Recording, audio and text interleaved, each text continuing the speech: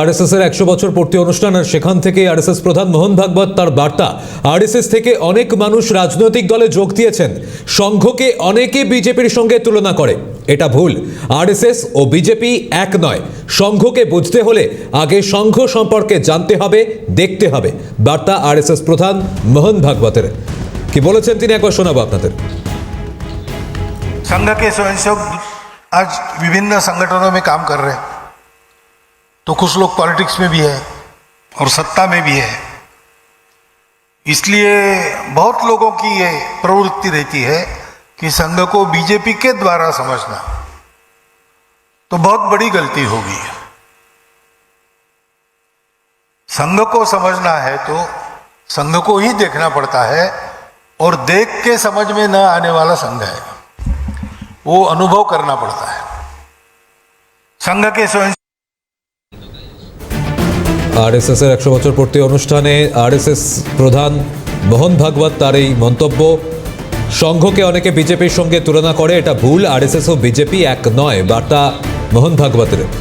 এই মুহূর্তে আমাদের সঙ্গে রয়েছেন তৃণমূল নেতা বৈশ্বনাথ চট্টোপাধ্যায়। বৈশ্বনাথ দা, আরএসএস প্রধান মোহন ভাগবত তিনি বলছেন সংঘকে অনেকে বিজেপির সঙ্গে তুলনা করে, কিন্তু এটা ভুল। আরএসএস এবং বিজেপি কখনোই এক নয়, কি বলবেন?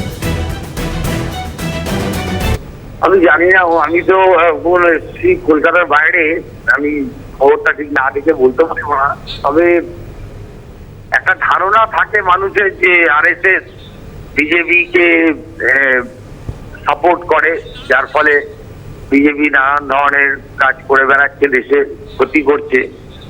আরএসএস এর যিনি প্রধান তিনি যদি বলেন আরএসএস আর বিজেপি এক নয়, তাহলে সেটা তো বিচার্য বিষয়। বিজেপির ইকোনমিক পলিসি, তাতে তো দেশ ক্ষতি হয়ে গেল। 131টা পরিবারের হাতে সারা ভারতবর্ষের 50% সম্পদ চলে গেছে। এদের সময় তো রেজিমে ব্যাংকের টাকা লুট হয়ে গেছে। এরা দেশের অর্থনীতিকে সর্বনাশের পথে ঠেলে দিয়েছে, কোনো বেকারের চাকরি হয়নি। তো সেই জায়গায় দাঁড়িয়ে বিজেপির যে ইকোনমিক পলিসি, বিজেপির যে রাজনীতি, বিজেপির যে অর্থনীতি, এটা তো দেশের সাংঘাতিক ক্ষতি করলো। এবার আরএসএস যদি বলে যে আমরা বিজেপির সাথে নেই, সেটা তো তাদের বিষয়, বিচার্য বিষয়। কিন্তু এটা সাধারণ মানুষের একটা ধারণা আছে, এটা ধারণা তো এখন উনি যদি বলেন সেটা ওনার বিষয়।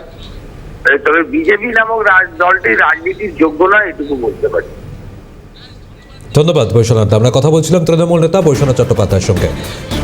এই মুহূর্তে আমাদের সঙ্গে রয়েছেন সিপিএম নেতা বিকাশ রঞ্জন ভট্টাচার্য। বিকাশবাবু, আরএসএস প্রধান মোহন ভাগবত তিনি বলছেন যে সংঘকে অনেকে বিজেপির সঙ্গে তুলনা করে, কিন্তু এটা ভুল।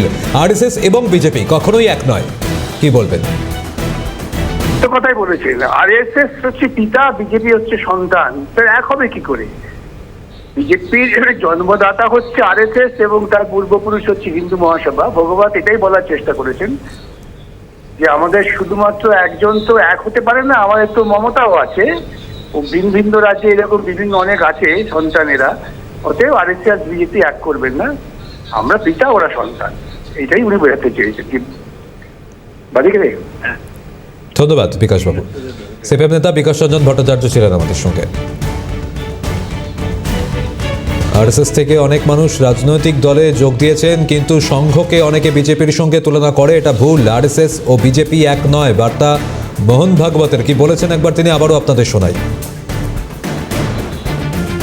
संघ के स्वयंसेवक आज विभिन्न संगठनों में काम कर रहे हैं, तो कुछ लोग पॉलिटिक्स में भी है और सत्ता में भी है, इसलिए बहुत लोगों की ये प्रवृत्ति रहती है कि संघ को बीजेपी के द्वारा समझना तो बहुत बड़ी गलती होगी।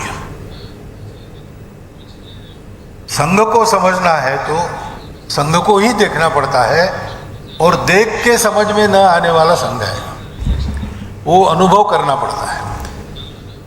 संघ के स्वयंसेवक आज विभिन्न संगठनों में काम कर रहे हैं, तो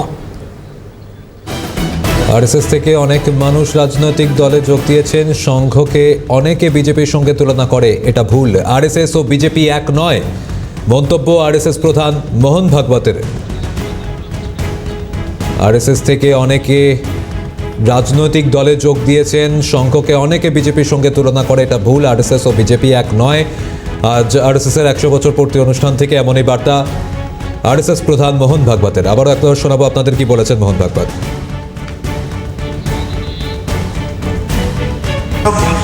आज विभिन्न संगठनों में काम कर रहे हैं, तो कुछ लोग पॉलिटिक्स में भी है और सत्ता में भी है, इसलिए बहुत लोगों की ये प्रवृत्ति रहती है कि संघ को बीजेपी के द्वारा समझना तो बहुत बड़ी गलती होगी।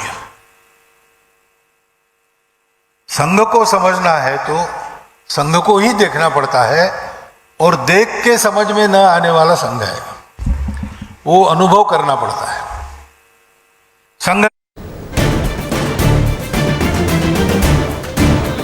পাশাপাশি আজ আরএসএস প্রধান মোহন ভাগবত তিনি আরও একাধিক মন্তব্য করেছেন এই 100 বছর পূর্তি অনুষ্ঠান থেকে।